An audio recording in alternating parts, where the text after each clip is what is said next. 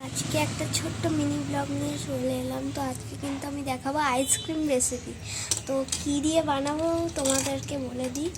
তো এই দেখো, প্রথমেই আছে এখানটায় একটা কেমন ডলফিনের মতো দেখতে কয়েকটা ললিপপের আছে, এই যে সব কটা দেখতে পাচ্ছ।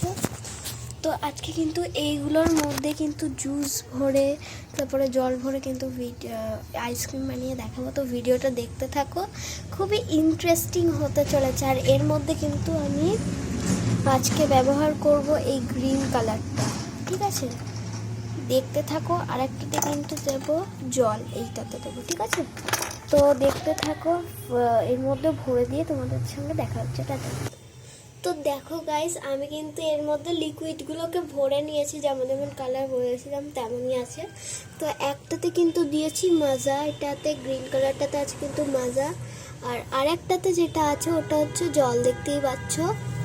তো পরের পার্টে, এই পার্টে তো দেখাতে পারবো না যে এগুলো জমে গেলে কেমন হবে। এগুলো এখন কিন্তু ফ্রিজ করতে দিয়ে আসবো, পার্ট 2তে দেখাবো এগুলো কেমন হয়েছে। তো টাটা, পার্ট 2 দেখার জন্য রেডি থাকো।